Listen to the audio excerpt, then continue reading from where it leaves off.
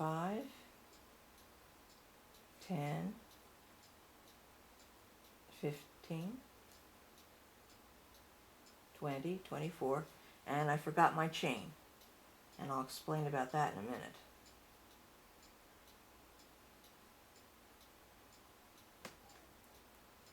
Oops.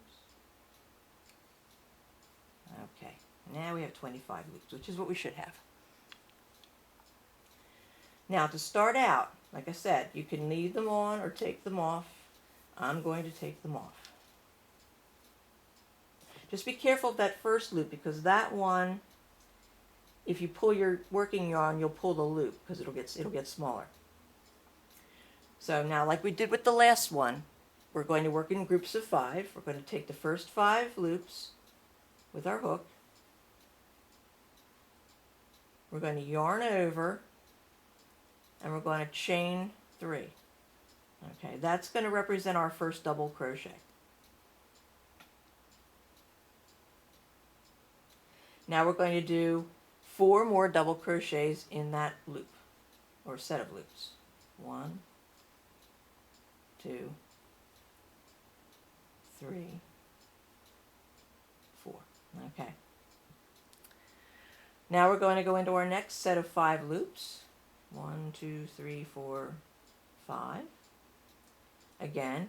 Oh, I forgot. Oh, I messed up. Excuse me. Before we do that, we have to yarn over because we're doing double crochets. Then we're going to go into the 5 loops, okay? And then we're going to make a double crochet. That's our first one. We're going to do 4 more. 1, 2, 3, and 4. So now we have a total of 5. Pull some yarn out here. All right. On to our next group of 5. Yarn over, because we're doing double crochets. 1, 2, 3, 4, 5 loops. I like to keep my finger in there to keep it separated. And do our double crochet. That's 1, 2, 3, 4, and 5. Okay, and we go to the next group. Yarn over again, because we're doing double crochets. Grab your 5 loops. 1, 2, 3, 4, 5. Yarn over and make your first double crochet. And make 4 more double crochets. 1, 2, 3, 4, 5. Okay.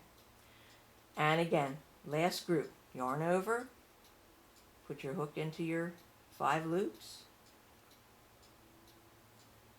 Yarn over, make your double crochet. 1, 2, 3, 4, and 5.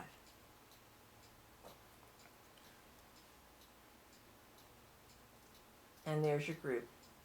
There's your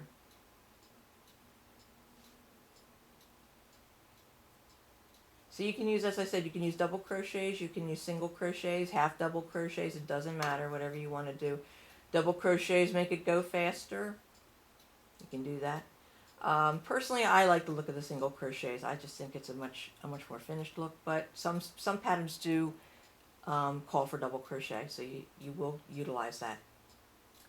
Now, I said that I was going to show you about a chain. Starting with a chain instead of single crochets. That's what I did here. When you make your chain, let me see if you can see this. Okay, all right. When you make your chain and you pull up your loops and put them on your knitting needle, turn your chain over and use your bar underneath rather than the chains on the top. Reason for that is then you get a chain, the chain that you would have normally used. It's at the bottom. It makes it a lot nicer presentation. It's easier to use for edgings, that type of thing.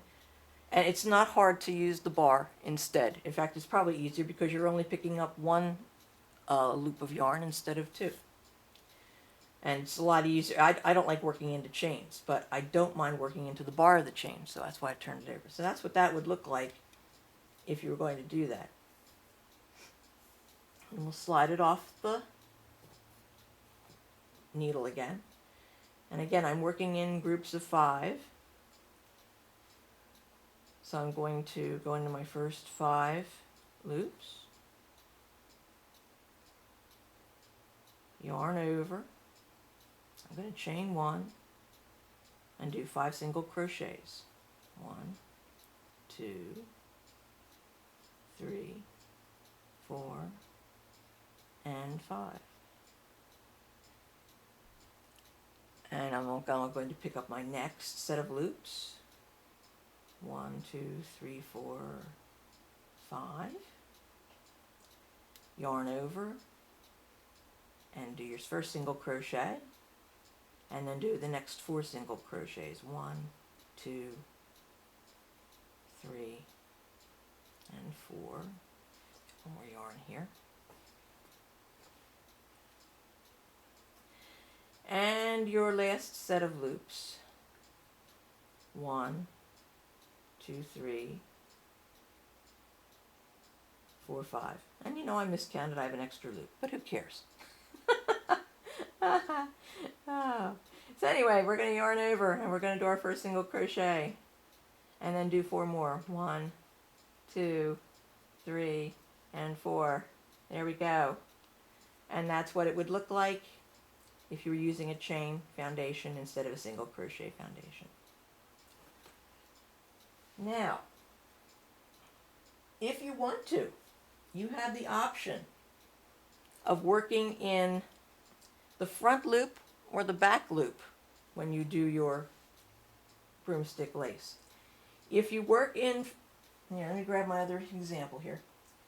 In this one, I worked in both loops.